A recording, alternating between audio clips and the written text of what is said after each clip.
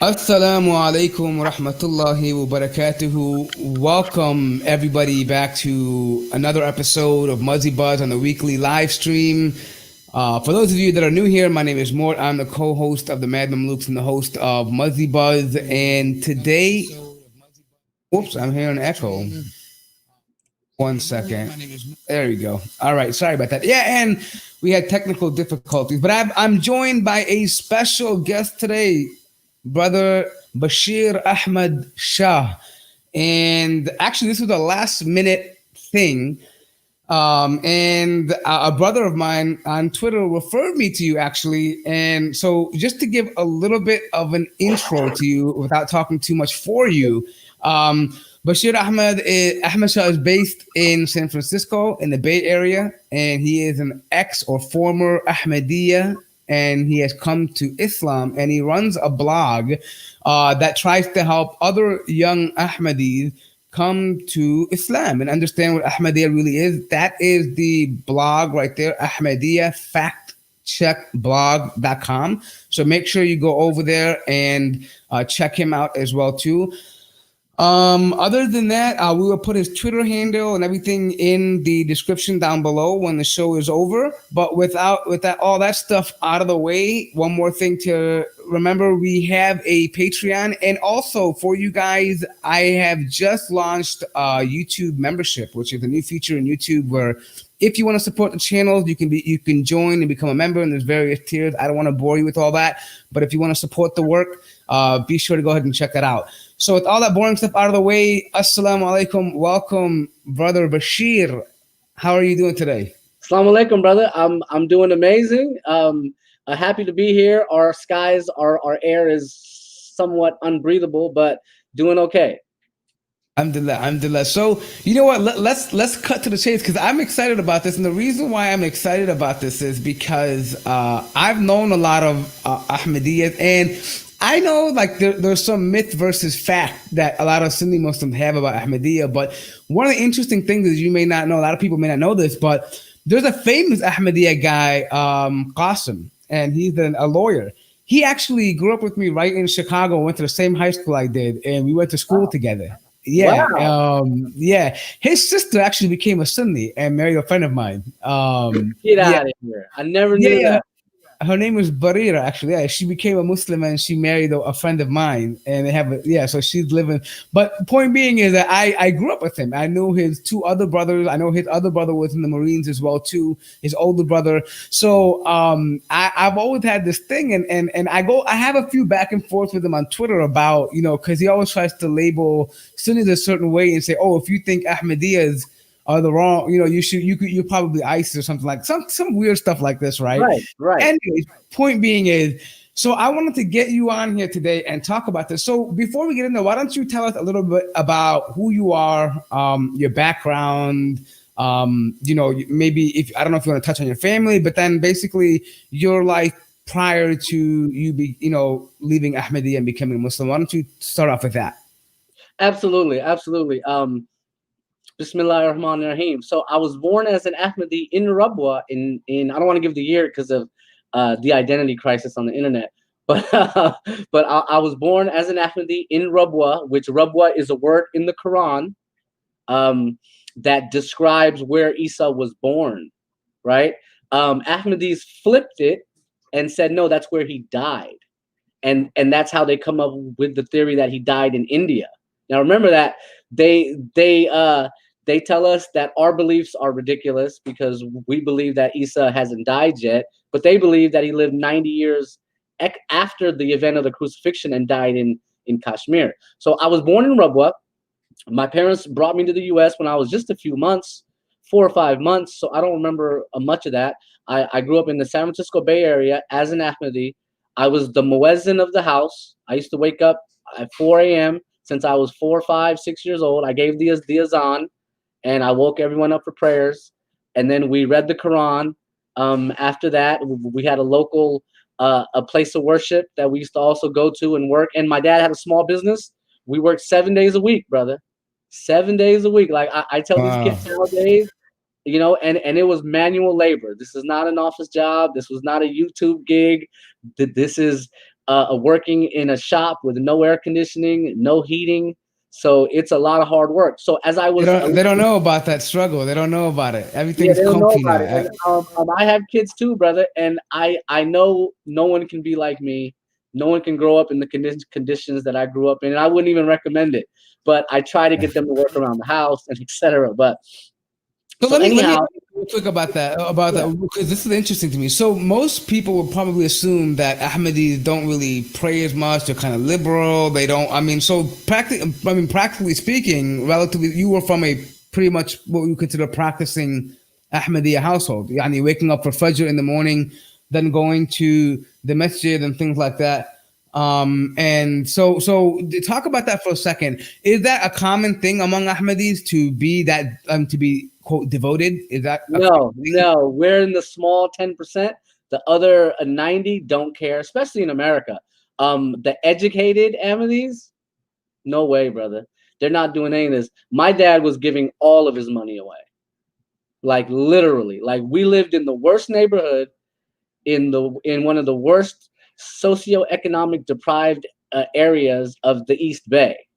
So the only area that was worse than ours is Richmond, and that's famous for right. Yeah. So I was living in a. I wouldn't say it was poverty because we had food, but our house leaked every winter. And we worked 7 days a week. We didn't even really have a front door, brother. Like it was pretty messed up. So as I was 11, 12 years old, I began to question, why am I working 7 days a week? Because so I was a straight A student, math, English, PE, you name it. I still play a lot of basketball. I'm in my 40s now. I haven't been playing as much because of the virus, but that's like my Yeah. hobby, you know. But I began to question, why were we in this state of cyclical poverty? Why are we giving all our money away? Why were we not building for ourselves and our local community? Why was our money going to London? I had a problem with that. I questioned it all, and I got told on. So my dad found out in a Wait, roundabout way. so talk about that for a minute. 1 second. So you're saying it's going to London. Like, what is that? Like, they pay to London? Like, they're paying the Queen or what? Like, who are they paying the money to? So the Ahmadiyya financial headquarters is in London. All the money gets funneled to London, and then they redistribute. Right. So it's a. So is it like a wait? Is it possible that you would get any of that money back? Is it like a central bank for you guys where you would just go ahead and like deposit, and then if they decide you need some money, you get a stipend and they send it back to you? Yeah, it's a bit more complicated than that. Every country has a national headquarters. So in America, the Ahmadiyya headquarters is in Washington, D.C. All the money goes there. Now, they're not going to tell us what bank they're holding it in or how they're holding it. But from the headquarters in the USA, they send the money to the UK. The UK has a budget for America, and they send it back, right? But this is where the trickery happens. And I'm an accounting professor, so I know how embezzlement works. Once the money goes to the UK and they send it to India, say they send 5 million to India, it's not tracked anymore, right? And Right. we found that they were storing money overseas in the famous Panama Papers. Ahmadiyya was the only nonprofit that showed up. So we showed all this to them and said, why is a nonprofit, a corporation, storing monies overseas in Panama? And they put some spin doctor on it and said, oh no, in Pakistan, anytime they're in trouble, they're going to go to the persecution angle.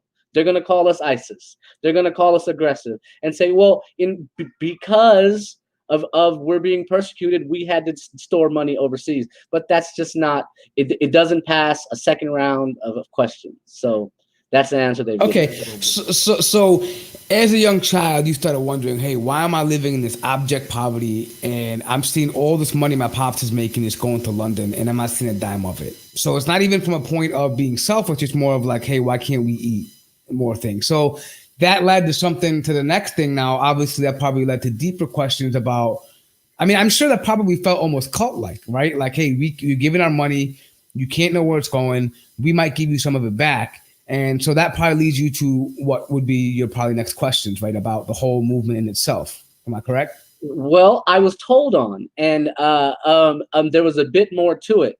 and I was questioning my local president, his lifestyle, and et cetera, because he wasn't even married to an Ahmadi, right? So I was like, how does this make any sense? Why is this guy the president? Well, he's the president because he pays the most. So whoever at the local Jama'ah pays the most is going to be in leadership. So I saw that. Plus, I was growing up on the street. I know the angles. You see what I mean? I lived in a bad part of town, and my dad's tire shop was in a worse part of town. So I'm selling tires to drug dealers every day. So I know, you know the game. I know the angles. I know all the angles. I know all the prices. I know all the angles. I know what everyone's up to. So it wasn't getting past me, right? And my dad was big into dawah. He would stop work and tell Christians Jesus is dead all day. He that was the main thing he did. And as I heard his arguments, I would think in my head, how come he doesn't tell him the Jesus in India theory? You know what I mean? Like, that's not fair to say Jesus is dead, Muslims are wrong, and Christians are wrong, but you never tell them what you believe. You believe he died in India. That's ridiculous. That's over the top ridiculousness, right? Right. So I've always noticed there's like this element of surprise, like, hey, you're wrong and they're wrong too. He died, but then they kind of like leave you hanging in the loop, like it's thriller. Okay, well, what happened then? You know, tell me. And then like when you get to the bottom, you're like, oh man, are you serious? Like it's like are you for real? Like I'm gonna go back to believe. And I feel like they feel like that because like if you tell them right away that hey, he died in India, they're gonna be like, man, are you for real? Like, no, there's no historicity around that at all. Like, we know Jesus didn't go to India at all. Like, it didn't make sense for them, right? So everybody, I mean, even the most basic Christian and Muslim would be like, well, I'm not buying that so much. But so by the way, talk about a little bit about what it means to get told on. Like, and I know that I'm assuming that because of even in Pakistan and other areas, and Ahmadis being a small community, I'm assuming that they're very close knit and that they're very tight knit circle, and so being ostracized from that community is probably a big thing because obviously you're not accepted into a larger community of the Sunni Muslims. You're not accepted by anybody else, so you're already dependent on the community you have, and then being forced out by them, probably economically and just even socially, is probably a big deal. Am I right? Yeah. So let me explain. And before I explain, Jesus in India goes deeper than that. Mirza Ghulam Ahmad found a grave, brother. There was a grave of a famous Buddhist, the son of a Buddhist prince, Yuz Asif, and he says that is actually Isa's grave, right? And then, have you heard of the city in Pakistan called Murray? Yes, I think in the mountain areas, right? In the mountains or something. After Mirza Ghulam Ahmad died, Ahmadiyya spin doctors said that Mary, Jesus' mom, died in Murray. And that's why it's called Murray? And that's not true. I looked it up. When the British were in British India, they created that whole area of Murray. It was an army locale. They built a church there for the Catholics who were in the military. So, brother, it goes deeper. I could talk for hours about just that thing. So, okay, let's get back to the topic. So I was told on by a close family member. He told my dad, your son just admitted to me that he's against the local president. So my dad began to persecute me. In fact, brother, they tied me up. And I ain't never been tied up in my life after. And it was crazy, brother, the way they treated me like a redhead stepchild. So the community. Wait, what do you mean they tied you up, bro? Like they tied you up in a basement or something? Like what were they like kind of like deprive you of food or something? Like what were they doing? No. So I was at my dad's a tire shop. They tied my hands behind my back and put me in the back seat of the car and took me home.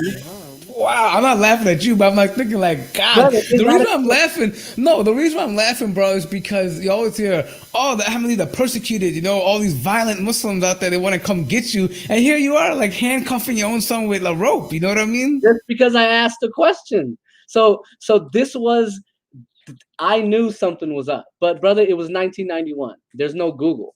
Like how could I know? And how could I know what this was about? You know, at that point in time, there were 2 books of Mirza Ghulam Ahmad in English. I don't even know who he is. All I know is what they tell me. So I'd show up and I'd walk out of their meetings. I'd pretend to go to the bathroom. I'd grab a football. I'd be out back playing football, playing basketball. I'd dip out, not involved, right? So I had a lot of resentment from all the local Ahmadis. Why doesn't he care? So there was a lot of child abuse, brother. Like, they abused me like you would not believe it. I mean, I used to tell my other cousins, my family tried to kill me, and they're like, "What do you mean they tried to kill you?" Well, what they tried to turn me into a monster, right? As you know, if you have a kid and you beat him every day, he's gonna be violent, and that could lead him to go to jail, and that could lead him to do all these other things, right? And I had another brother who also was questioning, like me, and they didn't go to the extent that they did with me, but they basically tried to ruin him, and they succeeded. So I was able to get through it. And I think of the Quran, like, I didn't even know what the Quran meant, but like back then, but only Allah guides. But brother, and I have to believe, you know, I'm a football player, a basketball player, baseball player. I could take a lot of punishment. You know what I mean? And I think Allah made me like this too, because He knew. Alhamdulillah. Alhamdulillah, bro. No, I mean, for me, I can't understand that. Like, you know, putting that kind of pressure on a child, like, you know, just for asking a question. It wasn't even like you're being disrespectful or like coming out, you know, like using vulgarity. Or a question is something that's natural. Anyone who has children knows that, you know, children will always ask questions. Like, that's what they do, right? And it's your job as a parent to deal with those questions. Right, you never want to have. In Ahmadiyya, you cannot question the Khalifa, and you cannot question the local president because he's a representative of the Khalifa. So that's how they look at it. And if you question the Khilafat, they'll slander you and call you a Shia, and they'll call you like a Mavia, which is what I've been called as someone who questions the Khilafat. So it goes deeper, brother. Oh, so let's say that's Muawiyah, basically like Muawiyah. So let's say you're oh wow. So they actually used the Shiite argument against the Sunnis. Oh wow, oh wow. Like, yeah, brother. And brother, remember, I'm a straight A student. I wake up at 4 a.m. every day. No one has to wake me up, even to this day, brother. Right? I'm a hard worker. I would go to work, and my dad never worked. I tell my kids now, you guys, I got to ask you to clean up. When I was around, my dad, he never lifted a pen off of a table. I did everything for him, from the paperwork to the manual labor to whatever you could ever ask for. I did it. I used to wake up so much at 4 a.m. I became a paper boy and got a paper route.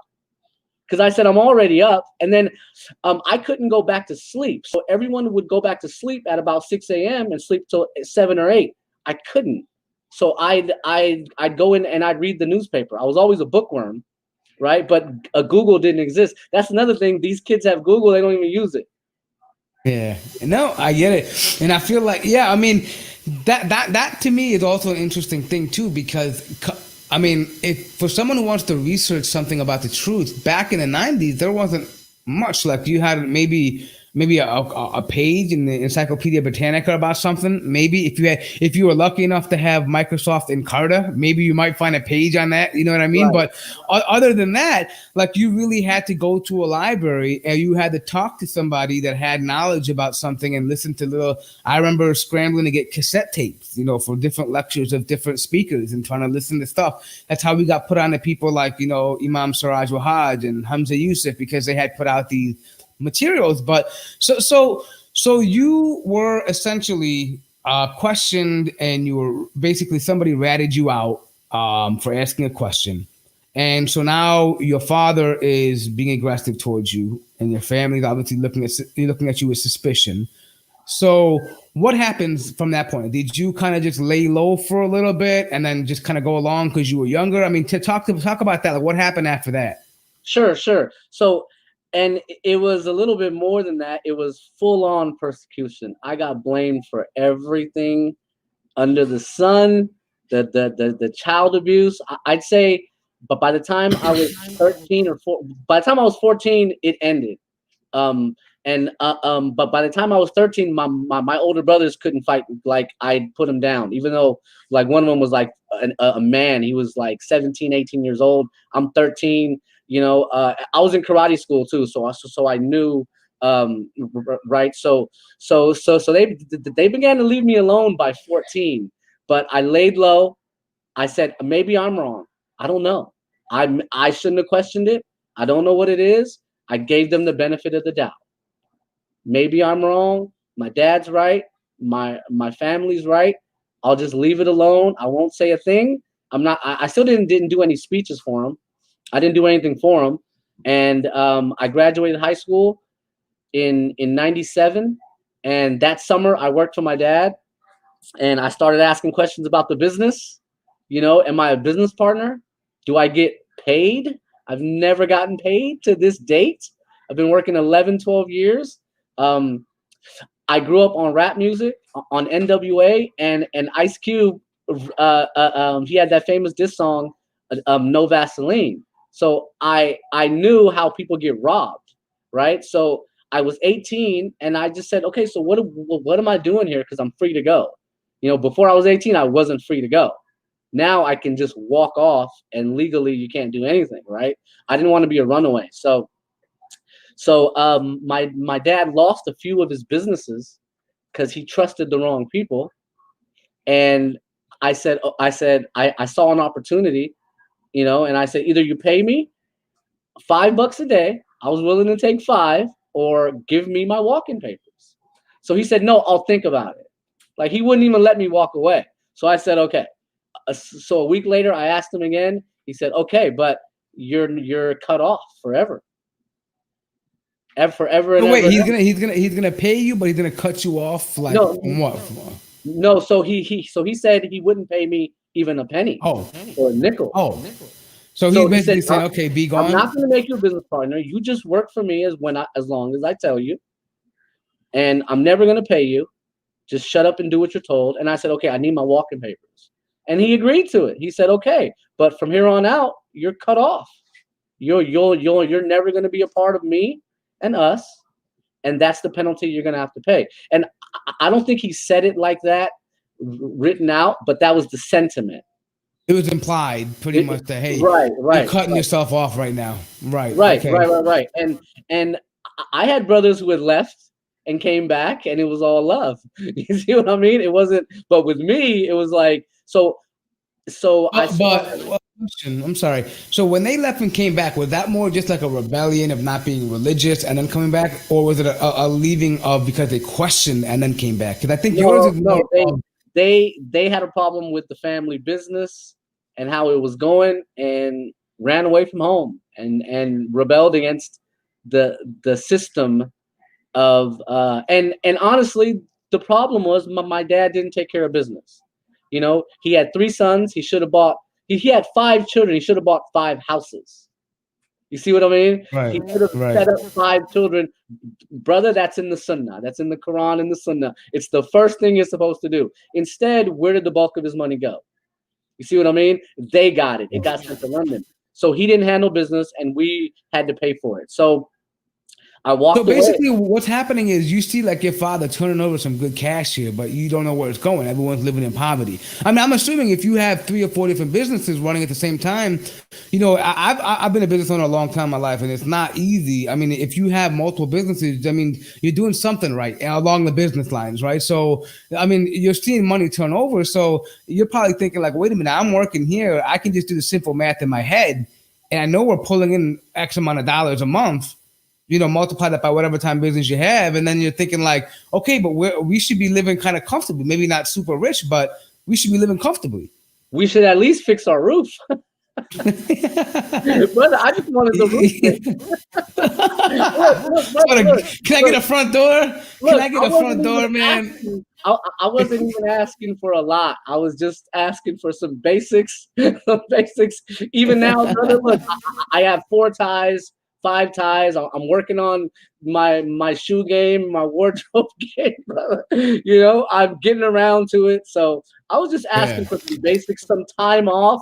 Like, brother, I never had a summer off until maybe I was 19 and I was still working. So So I just So couldn't. is that expected of typical Ahmadis? Like, you know what you just slave and give the money over and you keep doing. I mean, I see. I'm trying to understand it from their view. I mean, I can understand that they're them being a minority. They need all the dollars they can get to keep because they have huge missionaries. Like I know they have this huge school in like Canada, in Toronto, somewhere over Right. there, where they have like this whole like program. I think the Alamiya course, where like they send people there to make to do missionary work, and they're a lot like Christians in a way where they send people not only into America but to Africa, to like Asia, all over Asia. I mean, everywhere I've been, there's like an Ahmadi like center somewhere. And but aside from that, I want to ask you one additional question. Since this is in my head right now. I remember back in the 1990s, I was in high school. You graduated in 97, I graduated in 98. So we about the same age. Okay. So you like my brother's age, but my older brother's age. But I remember around that time in like maybe 95, 96-ish, I remember the Ahmadiyya community, if I heard correctly at the time, they were actually advising committees in Congress about Sunni Muslims saying that, hey, these guys are like terrorists, they're extremists, you got to watch out for them. And I heard like that, I don't know if this is true, but that a lot of the watching and spying that the CVE stuff and all that happened because of testimonies from Ahmadis that were coming to and working with the Congress, and congressional hearings. And I knew about that because I used to follow a guy named Nazim Haqqani, who he himself as a Sufi took a page out of the book of the Ahmadis and did that same thing. He went in front of Congress and said, 90% of Sunni mosques in America are Wahhabis and Salafis and they want to just blow up stuff, right? And so let me ask you about that, because in my community in Chicago, there was a mosque that got built within like 30 days and it's massive, bro. I'm talking about like, bro, it took us years to get a masjid that size. And then people were like, yep, like these people are getting paid by somebody. And so I wanted to ask you about that. Is there any truth to that? Did you ever hear of like, trying to make with political ties that would get them favors or maybe information and spying on other kind of Muslim communities? Do you know anything about that? Absolutely, brother. I've written 1,600 essays on my blog, Ahmadiyyah State blog. I've covered this. Ahmadiyya is a holdover from British colonialism, right? They got access to British Africa after World War I, during World War I, during World War II. All the British colonies, Ahmadis got access. They were able to start schools. They were able to start hospitals with government funding. In British India, the British military built an air pilot training center at Qadian, which is unprecedented. There was no pilot training center outside of the UK in the world. It was in Qadian. They built a train. They spent £1 million and built a train line from Batala to Qadian just for Ahmadis. Ahmadis have been, I've written an essay, the Mirza family was above the law in British India. Every time he went to court, he won the case. Even when he was guilty, he won on appeal. He was their guy. His dad fought for them in the 1857 War of Independence. He helped kill Muslims. They gave him a pension for doing that. So Zafrullah Khan was the foreign minister of Pakistan installed by the British. Then he got a job at the United Nations in New York, right? Qasim Rashid is trying to be a congressman in Virginia. This is what they do, brother. They manipulate governments. They won. If they were on the side of the French, so they didn't get access to French Africa or Portuguese Africa. It was British Africa. So their political ties run deep. In 2008, there was that person who was the Muslim mega donor who gave $1 million to the Hillary Clinton. He was an Ahmadi, Kareem Ahmad. Actually, it was 2012, and then he got investigated for manslaughter. Brother, they're playing these games. They've been playing them for over 100 years. They want their own government. They almost got Kashmir in 1931. In the Gambia, in the 1960s, the first governor general of the Gambia was an Ahmadi. So repeat that point for a minute. So people, by the way, real quickly, Jazakumullah khair, SN Smith and everybody else who are doing the super chat, we appreciate it. If you have any comments, make sure any questions, let us know so we can get the brother to answer them. But with that being said, Wait, so if I'm understanding you correctly, the Ahmadiyya movement is an extension of British colonialism. That's what you said, just to be clear. Absolutely. And that's interesting because I heard, and I think I read at one point that Mirza Ghulam Ahmad actually passed a fatwa saying it was haram for Muslims to fight against British occupation in India at that time. And mind you, for those of you that do not know, India produced wealthy Muslim nations, I mean, or kingdoms. Like, just to give you an idea, the second richest man in the history of the world came out of Muslim India. The Nizam of Hyderabad was the second richest man in the history of the world. And I mean, so for those of you that don't know, when Britain came to India in the 1700s under Aurangzeb, when he was the Mughal ruler, India represented 26% of the world GDP. GDP. Yeah. By the time the East India Company got done in 1947 with India, with Lord Mountbatten, when they finally signed the papers, India was less than 1% of the world GDP. Can you imagine that? They went from a nation that used to export textiles and goods, everything like that, to a nation that began importing it. It was sugar and opium were the main things. Spices, yes, saffron, sugar, rice, you name it. I mean, they were making handmade items. Yeah. And remember, in Europe, sugar doesn't grow. You can't. They don't have the climate for it. They can't grow rice and sugar. Right. So what I'm saying is that so essentially people like this are who they were defending. And and basically what they were doing was they were licking the boots. Like, we say in America, they was chilling in the master's house, right? They were there, right? Right. That's what they were doing, right? They got comfortable. And so the master gave them some extra gratitude. They said, okay, here's some benefit. Yeah. So they went off to places like China and South Africa, and they went to Kenya, Zimbabwe. I mean, and even I'm sure places in South America as well, too, they went off to. Let me just stop you. Ahmadiyya has never gotten access to China. It's a communist republic. They don't get access to communist countries. See what I mean? And so they never got access to China. Even to this day, in Russia, they've started something. But if you're communist like Cuba, Venezuela, they'll never get access. Ahmadiyya. All right. I got you. Okay. So if people don't give treatment to any kind of, if there's no class warfare, essentially, happening. It's capitalism, free market, where they've deregulated religion and made it a business that anyone can operate. They will show up just like the Baha'is, just like Scientology, just like the Mormons and the Jehovah's Witnesses, and run their business, right? In the Mughal Empire. That's so interesting, though. That's so interesting. You mentioned Scientology, and someone just put in the thing, like Ahmadiyya sounds a lot like Scientology. It absolutely is. But see, the Scientologists don't use the Bible. They don't use the Torah. Ahmadis go and twist the Quran and offend everyone with their dawah and start all this trouble, and then they cry persecution. So remember, in Ahmadiyya, religious freedom is not religious freedom of practice. It's the ability to give dawah. We call it tabligh. So in fact, their definition of religious freedom is different.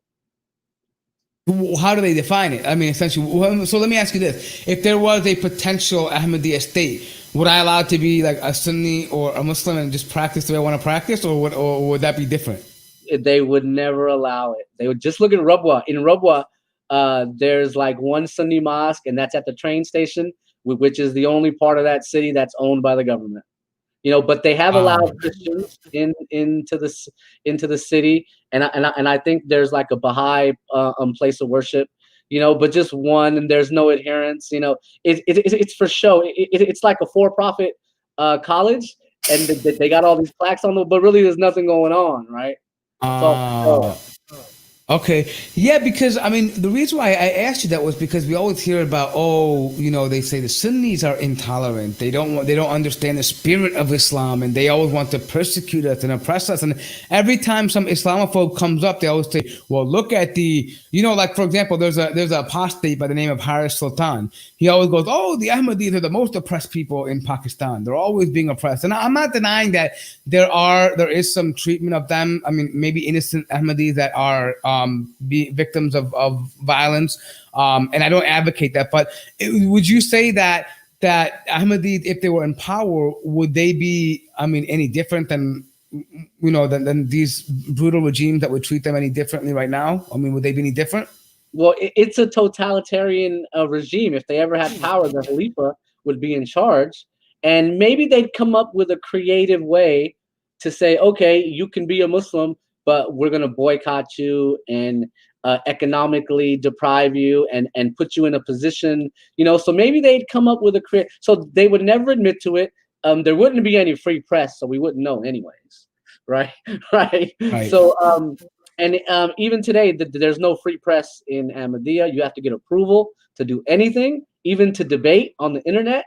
You have to have approval from the Khalifa. He does not allow the average Ahmadi to have a debate about the prophethood of Mirza Ghulam Ahmad or any other issue. So, and that kind of makes sense because they're probably worried that, hey, if you don't, like, I mean, if the person is not smart enough in the arguments of trickery, the trickery arguments, like the truth manifests itself. I mean, I've debated many Ahmadis online about, especially like, and I want to get into this too, like some of the major evidences they use. For example, the ayah, ما كان محمد أبا أحد من رجالكم ولكن رسول الله وخاتم النبيين. The whole issue of خاتم النبوة, like that argument is always something they try to twist. And what I've noticed is once you explain to them that the linguistics of the Arabic language, and they get over that ignorance, a lot of these arguments just crumble. Like right. they don't make sense anymore. You can't in good faith actually still believe that unless you have some other motive like monetary benefit or cultural ties or whatever it may be. But if you're really genuinely looking for the truth, when you hear the actual Sunni response and the understanding behind it, it's not even a competition. It just demolishes the argument. So tell us a little bit about your experience about that, because I'm sure you began to then, well, how about before we get there, why don't you talk about how you came to Sunni Islam? Because I've known some Ahmadis who just completely left Ahmadiyya and became like Hindus. Like, oh, forget this. All of Islam is whatever. Right. I think you know who I'm talking about, right? Yeah. I used to know him while he was a Salafi, and like so I've known him, but I've seen others too, like on the internet that have become that way. But I mean, so you came to Sunni Islam, and I want to know how that happened, because I'm sure you had a negative taste in your thought in your mind about Sunnis too, because they probably taught you that Sunnis just want to kill you, they're radical, they blah blah blah blah blah. So talk about that a little bit. Absolutely, brother. So in 2003 and 2004, the Ahmadiyya spin doctors in 99 to 02, I was in the United States Air Force. I was traveling the world. I met Muslims. I was told to never pray at a masjid, never pray behind. You could go into a masjid, pray separately, and get out. So that's what I was doing, right? You know what? I think I went once or twice, and I was like, I just won't even go, right? Because that's weird to me. Who does that? Who says I will just pray separately? It's disrespectful, right? So I think I almost was going to do it in boot camp, and I just left altogether. I couldn't do it. So I was in the United States Air Force. 9/11 happened. So you mentioned Qasim Rashid's brother. He says he's a Marine. He never deployed. I think he worked I don't even know what job he did. I fixed airplanes, high-tech aircraft, B-52s, U-2s, KC-10. I read Boeing manuals. These were hard schematic diagrams. Like, you really got to be sharp and remember and troubleshooting it. It's like troubleshooting a human. Someone comes in with a cold, who's fast, right? So 9/11 happened, and in the Ahmadiyya world, they were claiming 200 million converts, brother. In a 3-year period, 200 million people converted to Ahmadiyya. It was all a lie. Later on, I found out it was all a lie. They claimed 40 million converts from India alone in 2001, right? So I was an Ahmadi still, probably non-practical. I think I went to Jummah a few times in uniform even, but I didn't, so I joined the Air Force when I was 19. I stopped working for my dad when I was 18. I worked at an auto shop for a year, joined the U.S. Air Force, was told to never pray but behind any Muslims, got stationed at home. I got stationed in the Bay Area, which was impossible to happen, but I did. And then a 9/11 happened. Muslims are considered the worst, right? I'm dealing with a lot of racism in the military. Even before there was a lot of racism, now it's times a million. Everyone's on my helmet. Everyone's on my head. I was ready to fight. So, I wasn't backing down. So hold on, let's talk about that for a minute, because a lot of people don't know. Because I have some relatives in the military too, but they were done with service prior to 9/11. I mean, I have a cousin right now that's still he's a Marine, but he's a surgeon. Like, he's not really combat, like, not really around that. But the other ones are retired. But talk about that for a moment. What was it like being? I mean, because the way I view it is like this. I've seen Ahmadis when they try to go into the military or in civil service, they try the hardest to blend in. Like, meaning that, hey, we're just like you guys, we're about this, we're about that. But, I noticed that Muslims, sometimes we can't compromise on certain things, right? We're not going to just say, oh yeah, it's cool to say Merry Christmas to you, bro. You know what I mean? Like, we just don't get down like that, right? It's just not our thing. And we're not just going to have a beer with you because it's cool. You know what I mean? Like, we're not, but I mean, so what was that like for you? I mean, I'm sure, because you were also practicing Ahmadi, so I'm sure at one point, so you probably had some morals put into you that, hey, we're not going to behave a certain way, right? Because you did have a proper upbringing in the sense, and I'm sure that Ahmadis probably believe in not eating pork and drinking alcohol and things like that, right? So you probably lived that kind of lifestyle. So how was that being in the military as a Muslim, and then compare that to post 9/11? Like, was the military, were superior officers being like racist towards you, or xenophobic towards you? Like, did you experience that, and was there any outlet for you because of that? I mean, were you able to get over that in the military? Yeah, so you're right. Amdis do blend in. I was one of the boys, but I wasn't one of the boys. I hung out with the minorities, with the black folks. Your skin, buddy, because you brown like me, bro. You can't be one of them boys. I hung out with the Filipinos and the Hawaiians, and I had a lot of white friends too. I mean, we would be overseas. I had deployed 7 times before 9/11, so I had hung out with everyone in Europe, Guam, Thailand. I went everywhere, brother. I wouldn't say I was fully practicing. I didn't care. I was never home. I was just on the road. No one knew what, that back then there was no social media, so it was all under the radar. So, I didn't care. Really, I was an Ahmadi, but I didn't care, and everyone knew that. I never ate pork, though. You can just forget that, because that's right. So, but I wasn't really like a devout Ahmadi, right? You know what I mean? I just did whatever I felt like doing. And then they already hated me before 9/11. And plus, I listened to like rap music. I grew up on rap. So they really hated me, especially the guys from the rural areas. They got a problem, right? And rap is crap. right. And I could rap a little bit. I grew up in it. So, of course, I knew how to do it. You know what I mean? So in my dorm room, we'd have like DJ battles and rap battles and etc. Right? I lived the dorm life. So after 9/11, it got really bad. I deployed to an island called Diego Garcia. If you ever heard of that island, it's the tip of a dead volcano in the Indian Ocean. So is that close to the Maldives? Exactly. It's about 500 miles south. So that's where they bombed Afghanistan from. And I worked on a lot of those aircraft, the B-1s and the B-52s.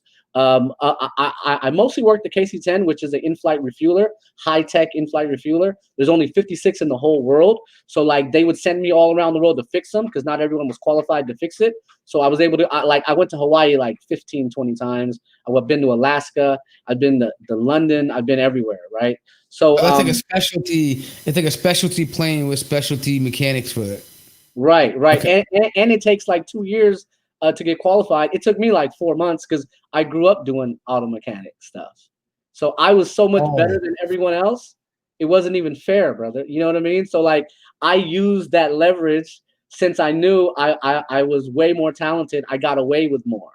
You know what I mean? Like, you can't really disrespect senior officers, not the officers, but like the NCOs, the sergeants.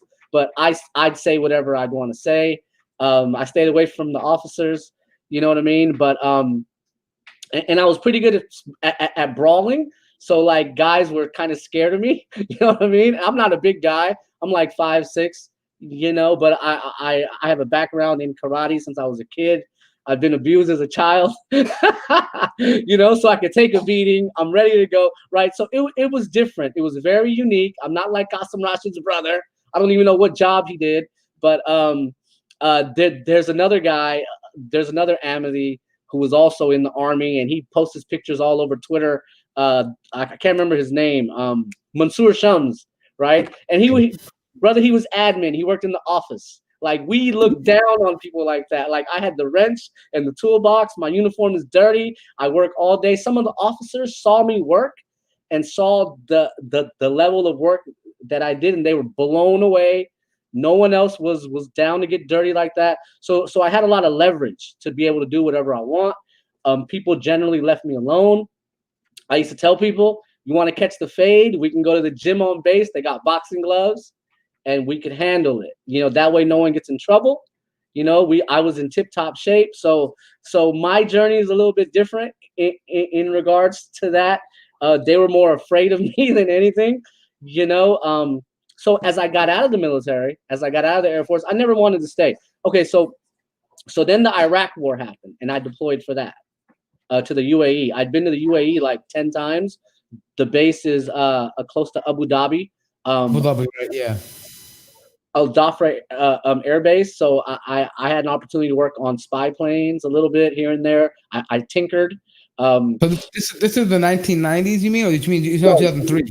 2003. 2003. Okay. So post 9/11. Okay. So were you still Ahmadi at this point, or have you become? Okay. Yeah. So I went and did the Iraq War. I was 24 years old. And that was wild. Like, we had gas masks, M16, because we were closer. Diego Garcia is a tropical island. There were no security checkpoints. We're so far away, no one's getting to us, right? So that was a different experience. That was fun. The Iraq War is more, I was working 16 hours a day, helping other guys who don't know how to do their job, you know, given my expertise. I was on the phone. You know, people would call me from California and Jersey, and they'd ask me questions. Hey, we have this problem, and I'd gladly answer, right? There was no social media, so I'm bored out of my mind anyways. So as I come back from there, I'm 24 years old, and, you know, and my dad's like, son, you've been running around. No one knows where you've been. No one knows what you're up to. You should get married. And I said, okay, I've had my fun. I've, you know, been on the road for 5 years. I'm ready to settle down. I'm tired of, you know, I wasn't home more than 2 months at a time. You know what I mean? So by the end of my career, I deployed like 10 times. I had like 450 days being deployed, in broken up. I never went to Afghanistan or Iraq because the aircraft that I fixed are too expensive to be sent there. Right? We're further back. So I decided to go to Rabwa and marry an Ahmadi girl from the other headquarters, and I did that. And as I went to Rabwa, I was shocked. I went to my dad's village also. My dad's village, there's no Ahmadis there at all. My mom's village, there's no Ahmadis there at all, right? And I saw this, and I'm asking questions. I always ask questions. So I realized that Ahmadis aren't what I was told, because I walked around Rabwa for a month and a half. I was shocked to see men watching pornography at the internet cafe in Rabwa. And then I asked my cousin about it, and he's like, yeah, it's pretty normal, pretty typical. And then I'd go to the masjids, and they're empty for Fajr, Zuhr, or whatever. And I couldn't understand it. Everyone told me, yeah, no one cares, right? And I was like, that's not what I was told. I was, you know, this is like Mecca, you know? So I'm just blown away. So I get married, and then I start asking my wife, my ex-wife now, do you read the books? Who's Mirza Ghulam Ahmad? She said, no. And I was like, but I can't read them. They're in Urdu. We can't. It's not happening, right? You can and you don't. And I was just perplexed. So I got on some discussion boards. So now it's 2005. I'm married. I'm out of the Air Force. I'm working back at the family business. It's now like a tow truck company. Right, okay. I'm working 24 hours, 7 days a week. I don't care. Wait, are you getting paid at least this time? Or are you getting paid? Yeah. Right. So now I'm getting some money, but they're charging me rent. They always charge me rent. Okay, so I forgot to tell you, as I was 18 and I stopped working for my dad, he started charging me rent, and that's ridiculous. Now that I think about it, absolutely ridiculous. But he really cut me off, right? So as I got married, to the woman that he chose, I had to pay for the whole wedding. It was like 20. That was like all the money I had. I invested it. This is what I was doing. I got out of the Air Force. I hadn't graduated college yet. So I started reading, and I'm at the house at this point, brother. I got a woman. I got a kid. I'm at the house. I got the tow truck. I don't go out. I don't need to go out. You know, I'm like 26 and I'm reading about Ahmadiyya. And the first thing I read about was the prophethood of Mirza Ghulam Ahmad. And I was shocked. Absolutely blown away. I couldn't believe it. Mirza Ghulam Ahmad claimed to be the second coming of Muhammad sallallahu alaihi wasallam, na'uzubillah. And that's how he claimed prophethood. So, I mean, I know that he.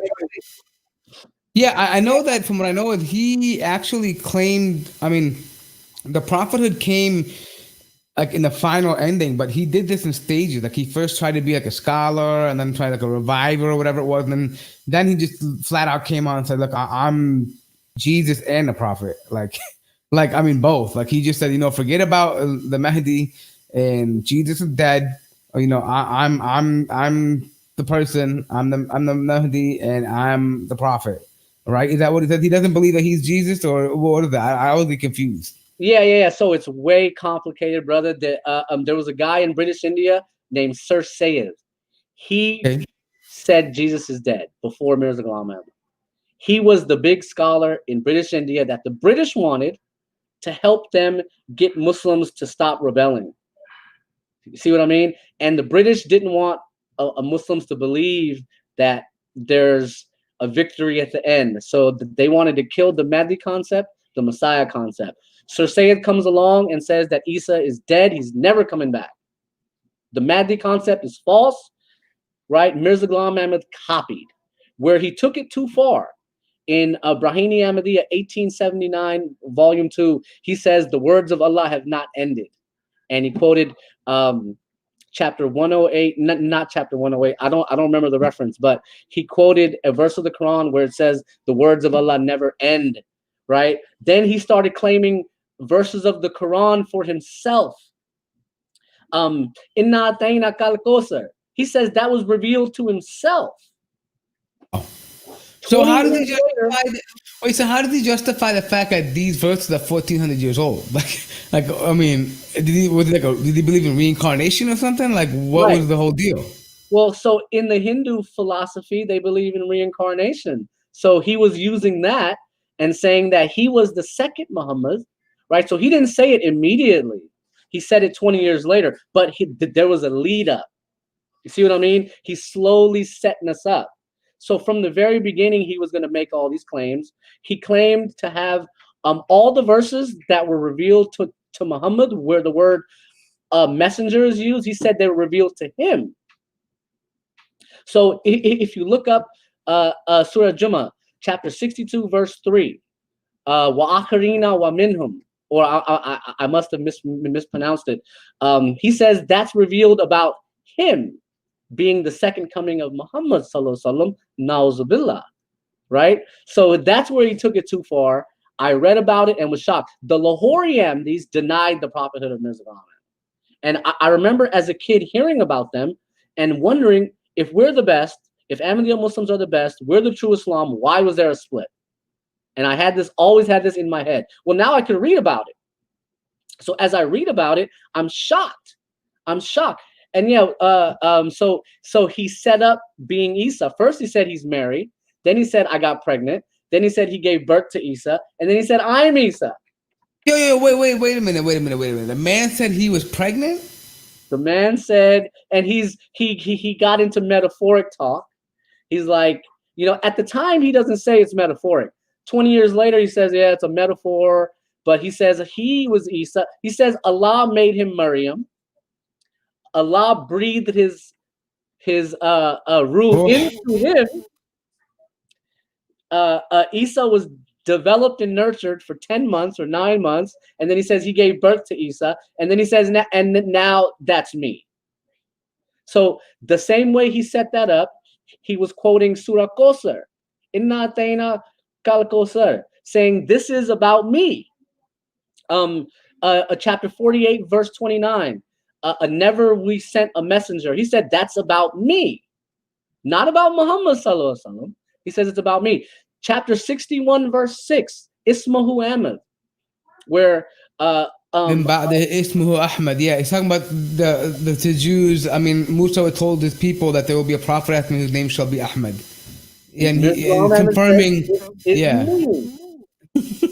So after the split, the Lahori Ahmadis denied it, and now the Ahmadiyya spin doctors have downplayed it. Nowadays, you won't hear them saying Mirza Ghulam Ahmad is the second coming of Muhammad sallallahu alaihi wasallam. Na'uzubillah.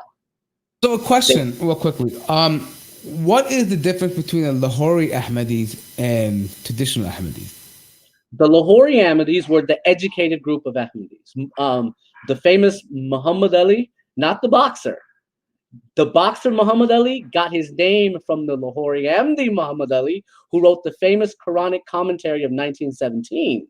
Right? He was a good man. He knew the Mirza family was bad. He knew Mirza Ghulam Ahmad had never led Salah.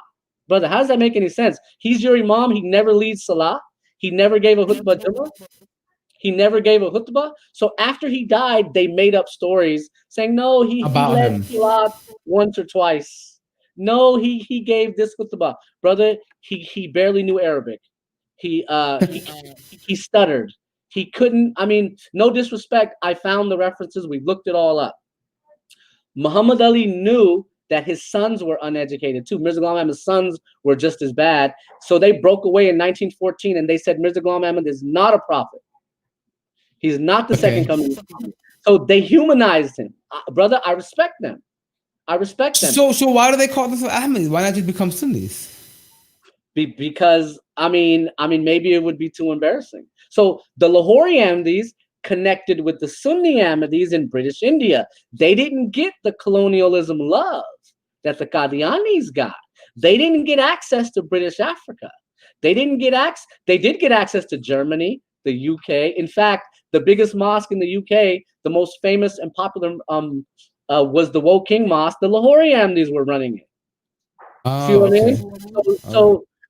Wait, so let me understand. So, but essentially, from our perspective, are they like Sunni Muslims? Like they pray 5 times a day.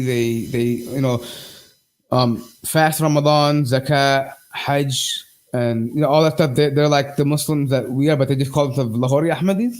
Right. But they still believe that Mirza. But once they take the prophethood away, Mirza Ghulam Ahmad could be wrong. See what I mean? He could have erred on this. So they take him as a madhab. Like, okay, maybe the juristic rulings, whatever, but he's not a prophet. Whereas they probably say that the Ahmadis who are like true Ahmadis, they have overexalted his status, and that so he's actually just a scholar that they overexalted and they made him into a prophet, and so they're wrong. But we still believe that he was a good man, but he wasn't a prophet. Right. And famous scholars have said they're not out of Islam. The Qadianis are out of Islam, but they said the Lahori Ahmadis, okay, they might be, but they stopped mentioning Mirza Ghulam Ahmad altogether. They've connected with the Sunni community. They're withering away. There's probably 10,000 left in the world. There's barely 100,000 Ahmadis in the world. Per my research and my estimation, there aren't many, brother. They are so overrepresented, bro. Every time you go somewhere. So, brother, that's what happened in Pakistan. They were overrepresented in the government, in government jobs. They were overrepresented. In 1974, on May 29th, at the Rubwa train station, Ahmadis attacked a group of teenagers from the Nistar Medical College. They beat them up. That's what led them to be declared non-Muslim. Not per law, per constitution only. So this is where the aggressive tabligh comes in, the aggressive dawah. It's like selling pork. Why are you guys selling pork? The Muslims have rejected it. Stop, and then they'll give their argument, their talking point, and not listen to the feedback. They don't want to hear what we believe. Some Ahmadi was on the show the other day. He didn't know the Islamic position on chapter 62, verse 3. Wa akarina minhum. All that means is the non-Arabs can become really good Muslims. That's all it Yes. means, brother. It doesn't Right. mean that a Persian prophet is going to come in the future, who's going to be the second coming of Muhammad. That's ridiculous. That's over the Yeah. top. I have a few more questions about Ahmadi, but I want to know at what point at which you became a Muslim. Like, I mean, Sure, when did sure. you begin to? So let's talk about that. So, circa 2006. Now you're back in 2006. America. Yeah, yeah, yeah. So, You're running a um, tow truck company. You got a kid and a wife now. You came back from Pakistan. You're living that. You're playing house. No more running around, no more badmashi out there in the streets. You're living that, the family man life. So right. now, now, what happens now? So now, I'm assuming you're probably trying to say, "Hey, listen, I went to the Mecca of the Ahmadis, and there's nothing there. It's empty. My wife knows nothing about that stuff." And Right. I'm assuming now in your head, you're probably thinking like, "Wait, I got this kid. Do I want to bring him up in this nonsense, or what?" And then, is that what it is? All right, go ahead. You can Exactly. tell me. So I'm perplexed on what to do. I go to my family members and I say, "Hey, Mirza Ghulam Ahmad changed his position on prophethood. Like he said he wasn't a prophet for 20 years, and then the last 6.5 years of his life, he claimed to be a prophet. Do you know about this?" Brother, they almost fired me. Again? Again. So, brother, I did the same thing again. I didn't learn my lesson, brother, but I couldn't. There was something. That's why I strongly believe Allah guides people, because there was something in me that would not allow me to stomach this. I was like, so I go to my local masjid. I ask the local imam, and he's still working in the LA area, Urshad Mali. I ask him, we're having a meeting. There's like a question answer session. I say, when did Mirza Ghulam Ahmad change his position on prophethood? Because the Lahori Ahmadis say he never changed. You guys say he changed in 1901. What's the story? And everyone's dumbfounded. The imam didn't know what I was talking about. His son doesn't know what I'm talking about. My family members are there, jaws dropped. They're confused. Why is he asking this question in public? The imam says, "You're not an Ahmadi." I'm like, what are you talking? What are you talking about?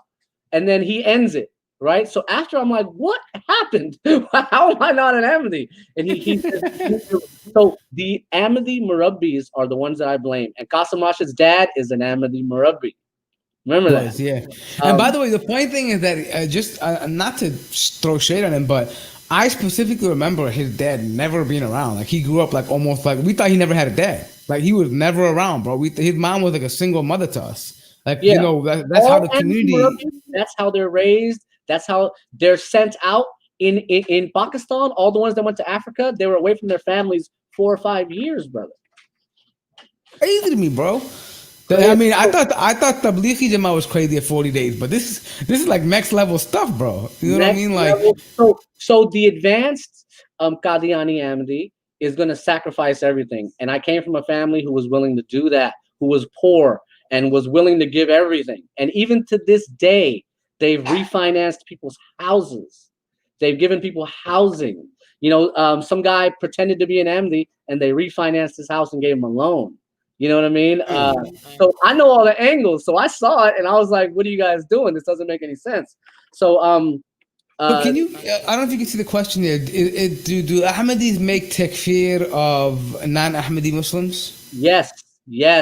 But after 1923, they were ordered to do silent takfir. Right. They believe it, but they've been told to not publicly say it. And then when Pakistan came into being and they moved there, they totally ended it. They're like, we're not going to do it anymore. The Lahori Ahmadis protested because this was also part of the split.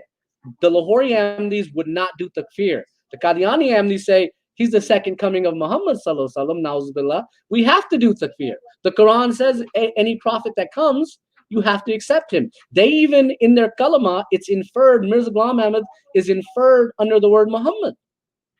So I heard about this, that they believe, like now I've heard this too, that they don't shy away from saying that that Mirza Ghulam Ahmad is a prophet, but what they say is that Khatim and Khatam, whatever, they believe Muhammad sallallahu alaihi wasallam was the last law-bearing prophet, and Mirza Ghulam Ahmad was the one that continues the Prophethood, but he's not bringing any new Sharia, right? And I've never, and as much as I try to understand this context, as much as I debated them, they never have a solid answer. Like there's no concept of a law-bearing prophet, and I mean either he is a nabi or rasul, right? I mean a rasul is that, and there's no, but the Quran is very clear where it says there is no, he is the seal of the prophethood, not of the messengership.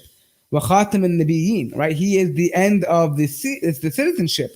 I mean, I'm sorry, the prophethood. So I never understood that point about them. But let me ask you this one thing as well too. So if they were to make takfir of the regular Sunni Muslims, do they? I mean, and now they make takfir of a regular Muslim.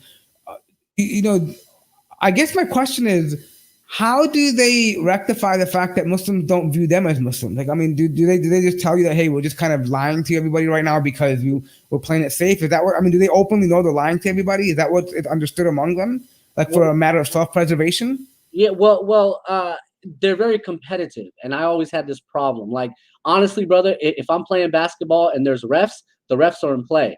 But if me and you are playing 21, or we're playing a 3-on-3, and I step out of bounds and I know it, I'm gonna say, brother, I stepped out. Or if whatever I score, brother, I didn't see it. It happened too quick. I'll tell you the truth. Ahmadis are competitive. They're taught to be overly competitive. Never give in. Never say that you're wrong. They just cannot do it. That's the problem. So I'll take it a step further. Their Murabbis are editing their books.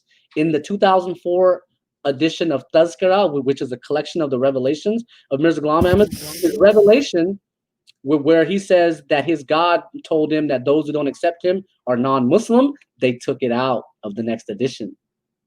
See what I mean? So are there still older versions available that have that? I archived it on my blog. The 2004 edition is there. I found the 1976 edition. It's there. I found the original quote. I went back and did all the academic work to prove it. It's funny how Qasim Rashid called it a clerical error. Like that was his answer to Ali Rizvi, I think. Yes. They won't admit to it. They just cannot. Like, brother, it's as clear as day. Just admit. But look, some of my family members would see people step out of bounds. They would be looking the opposite way and call someone out of bounds. And I'd say, brother, you weren't even looking. Like, and I'd question him. Why are you like this? Why can't you just tell the truth? You know, I'm not asking what you do behind closed doors, but I'm asking you about this religious scripture. You know, just tell the truth. They can't do it, brother. In fact, they're going back and they're editing their books now. They've been editing them forever, and they're just being overly competitive. And so we just had a question. Ahmadis, they don't believe that Adam was even created in Jannah. They believe that Adam was created on earth. They don't believe that him and Eve traveled from the Jannah through the Samawate to the earth. They don't even believe that. But before we get off track, yeah, brother, they do takfir silently. Personally, I've heard all my family members say non-Ahmadis, and they call them non-Ahmadis instead of Muslims. Now they might say, oh, the Muslims, but normally they say non-Ahmadi Muslims, right? So nowadays, it's silent takfir. Right. Okay, good. So I'm glad you were able to get that out of the way. So now let's go back to what we were talking about earlier was how did you come to Islam then? Like, how did you come to, I want to hear that part of it. Yeah, so I started asking questions. I asked the local imam, and now everyone at the mosque is shunning me. They're calling me a Lahori Ahmadi. They're like, what is he? Is he with us or not? I'm like, I'm just asking questions. What do you mean, am I with you? There's these questions on the table. You need to answer them. If you can't, I know you can't answer them because I've looked it up. So I joined all the Ahmadiyya discussion forums. You remember when the discussion forums were the biggest thing on social media? Before Reddit, before Facebook, before Twitter, discussion forums, right? So I was at the Ahmadiyya discussion forums learning and reading and then asking questions. So by 2007, I got in trouble. All of a sudden, I'm not getting a promotion at work. I'm not getting a raise, right? I should be a business partner. I'm not. I want to start my own tow truck business. They're not helping me. Even though I can fix the truck, I can drive the truck, I can do all the paperwork. These types of humans don't exist. A tow truck driver is a ruffian kind of guy, and he sucks at paperwork normally and accounting, right? So I decided to give it up. Brother, I'm going to leave it alone. I'm not going to talk about it. I'm going to wait till my kids are grown. I'll deal with it when I'm 70, 80 years old. I put it away. I kept doing my research, but I said at a minimum, I'm going to stop praying with Ahmadis. I'm going to stop doing a Ramadan with Ahmadis. I'm going to just stop my association with Ahmadis. I'll show up to the basketball game.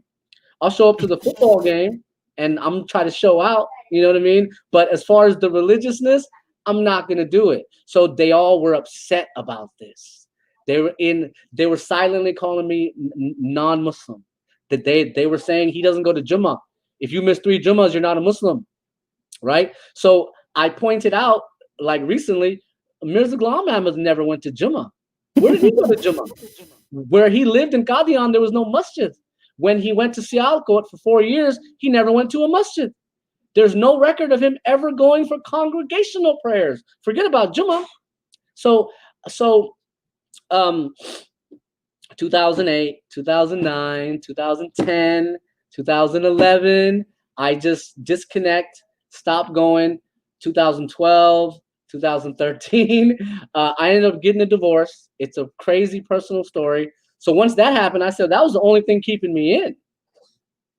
So now it's 2015. So from 2012 to 2015, I started researching Islam. It didn't happen overnight. It took 4 years of academic study. At this point, I had graduated from college. I had 2 graduate degrees. I became a professor, an accounting professor at a local California community college. I was pushed out. Okay, so I was working at the tow truck company. My family starts to hire Ahmadis to work there who are unqualified. They start saying, how come this guy doesn't go to Jummah? The Ahmadiyya Masjid is a mile away. Why is he not going? They start to hate me because I'm a big person in the company. Well, I'm the only person that's qualified to do every job in the company. No one else is like that. So they start spying on me, spying on my computer. They tell my family, this guy is an anti-Ahmadiyya. He's going to the famous Ahmadi.org discussion board and reading and writing. So all of a sudden, my job gets eliminated. They didn't fire me. They just eliminated my position. So luckily, that's why I say Allah has guided me. In that era, I got hired as an adjunct accounting professor. Now I'm tenured, right? But almost 10 years ago, so I moved away from the company. I started having personal problems with my ex-wife, and it's the same thing. Why don't you go to the masjid? This is the complaint on me, and I just can't believe it. Why am I even being... So just real quickly, sorry to interrupt you, but it seems more like it's not so much that they're religious, but it's more of like this cultural thing. We're like, oh, you're betraying a culture where, now everyone's gonna be talking about us, and what are they gonna say, or how can we show our face if you don't go there, or if you say this stuff. It's not so much like, because what I'm gathering is if even the Ahmadi leadership at the center doesn't even know what you're talking about, and they're supposed to be the leaders of the community. For me, it seems like a big just cultural center. You just get together, you donate money to the big dog, you have some dinners, you have a couple of speeches to make you feel good about yourself, like you're doing some great important work in the world. It's like it's a weekend social justice warrior, and then you go back home and you slave away and make more money for the big dog in England, right? It's just how I look at it. That's exactly what it was, and that's what I questioned when I was 11, 12 years old. I said, why are we doing this if there's no benefit in it? It doesn't change people. It doesn't help people. Why are we doing this? How come we can't just be regular Muslims? Why? Because it's a tight-knit community. So I know all the Ahmadis on the West Coast. They all know me personally. Trust me, brother. We played American football. All the young generation that's my age, they all knew me. I used to call myself the fastest Punjabi boy ever because I'm just, some of the banter, right? So they all know me. They all knew me. They all still know me. They all hate me now. So anyhow, 2013, 2014, 2015. Unfortunately, I loved this girl, but it didn't work out. I got the divorce, and then I said, "Well, why am I still in Ahmadiyya then?" So I remember going to my father's house and telling him I quit Ahmadiyya because Mirza Ghulam Ahmad was taking opium and lied about it. I've discovered this. He was on. Just look at his picture. He can't even open his eyes. Like he's on the street we'd say he's on one. You know what I Yeah. mean? No, I Then, noticed that like there's a famous picture of him where he's wearing a turban and he's got like this almost like sleepy, lazy eye, bro. Like it's just like I don't know what he's doing, bro. I mean, he looks honestly. I don't like to talk about people's appearances, but the man looks wicked to me, bro. I mean, there's in Arabic we have a saying called firasa. Like when you see somebody, you can see like their outer and just kind of get an idea of what. I'm not saying judging, but you just get this intuition about someone. And I look at this guy, and I'm like, bro, this is and like they're touting this picture like this is like a blessed picture of a guy. I'm like, yo, I see a cursed man in this picture. Like, what are you talking about, bro? Like he looks straight up like he's in a different world right now. And like I was yeah. saying, from India, it was diamonds, opium, and sugar. And he lied about his opium use. He said he never used it for anything. He said he was diabetic, and he was like, I still refuse to take it. But I found out he was telling the truth. He was on opium probably his whole life because of his medical ailments, which immediately makes all his salat haram. Right. It doesn't count if you're on opium, and they used to eat it. So since he used to eat opium, the number one side effect was diarrhea. So that's what he ended up. So let's talk about that for a moment. So I heard first of all that was not only did he die from that, but apparently this was even his own mubah, like his challenge, his mubah, like where he made a challenge to other Sunni alim or ulama and said that if one of us are lying, then may your bowels get cursed or something like this. Why don't you talk about that? Because a lot of people in the text were wondering, did he actually die on the toilet or did he die in a puddle of his own doo-doo? Because I mean, there's two different. Like Ahmed was saying, he didn't really die in the toilet. He died of the bowels. Well, okay, what does that mean? Like, I mean, when I hear that, I said the guy crapped himself to death. I mean, the reason why I laugh is because I had a hamster when I was like 9 years old. No, I think 11 years old for a science project. The thing died. I left him some apples. I think when I went away for the weekend, and he ate it and like pooped himself to death. Like I think whatever happened. And so I'm thinking, like, I just remember, like, Mirza Ghulam Ahmad, like, he's pooping himself to death. Like, I mean, I know, and look, I try not to do that because if I'm going to have an outreach to the Ahmadiyya, I don't want to be like, hey, dude, your man just, blanked himself to death. You know what I mean? Like, I don't want to go out and say that to him because that's offensive. But I noticed that when things get heated, people throw that in their face and be like, yo, the guy you believe in died on a toilet. You know what I mean? So, so why don't you talk about that for a moment? Sure, brother. And I've covered this in detail on my blog. I found the most rarest of references. In 1908, when he died, the people who wrote his obituary said he died of cholera. They couldn't admit to this. This is what was written. They've never confessed to it. I found a story by his doctor, Dr. Mirza Yaqub Beg. Dr. Mirza Yaqub Beg says as he showed up, just minutes before Mirza Ghulam Ahmad died, Mirza Ghulam Ahmad was sitting on a choki. A choki is a wooden portable toilet. Okay. Wow. So he was on the toilet then. So it's a bedpan. If you were too sick to get up, it's a bedpan. Right. But the bedpans didn't exist. They had the wooden portable toilet, and he was defecating, and he was fine. He was healthy 12 hours before that. He had this attack. And yeah, look at those beautiful eyes, brother. Yo, this man is stoned, bro. He's on one, bro. He's stoned right now, bro. Before I forget, purple drink. brother, before I forget, they were so embarrassed they edited his eyes in 1924 and made them look bigger. You can go on my blog, search 1924. You'll see they colored in his eyes to make them look more open. I couldn't believe it. You know what this reminds me of? You know how you go to there's a Christian Jesus, there's a Chinese Jesus, there's a black Jesus, there's like a white Jesus. They're trying to make you. Yeah, brother, it's crazy. It's crazy. So yeah, he died of cholera, and when you die of cholera, you die doing diarrhea and vomiting. Your bowels basically go out. That's how he died. They didn't deny it until later, until 1923. And even in 1923, when his sons wrote the story, They said, yeah, he had this, he had diarrhea problems his whole life. Well, that's a dead give off. He's eating opium, because that's the number one side effect of eating opium. Years later, people started shooting the heroin into their arm. You bypass the stomach.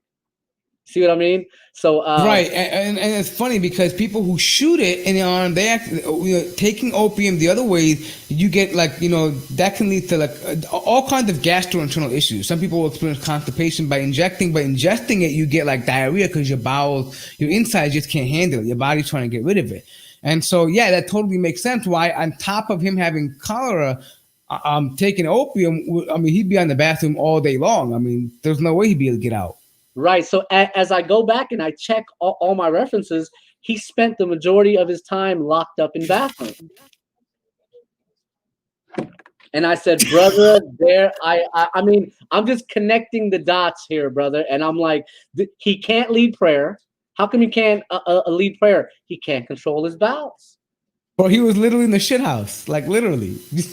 I mean, there's no other way to say it. In his small little toilet, they've turned it into it's still there in Qadian. I can't remember what they call it now. I think they call it the Battle Dua.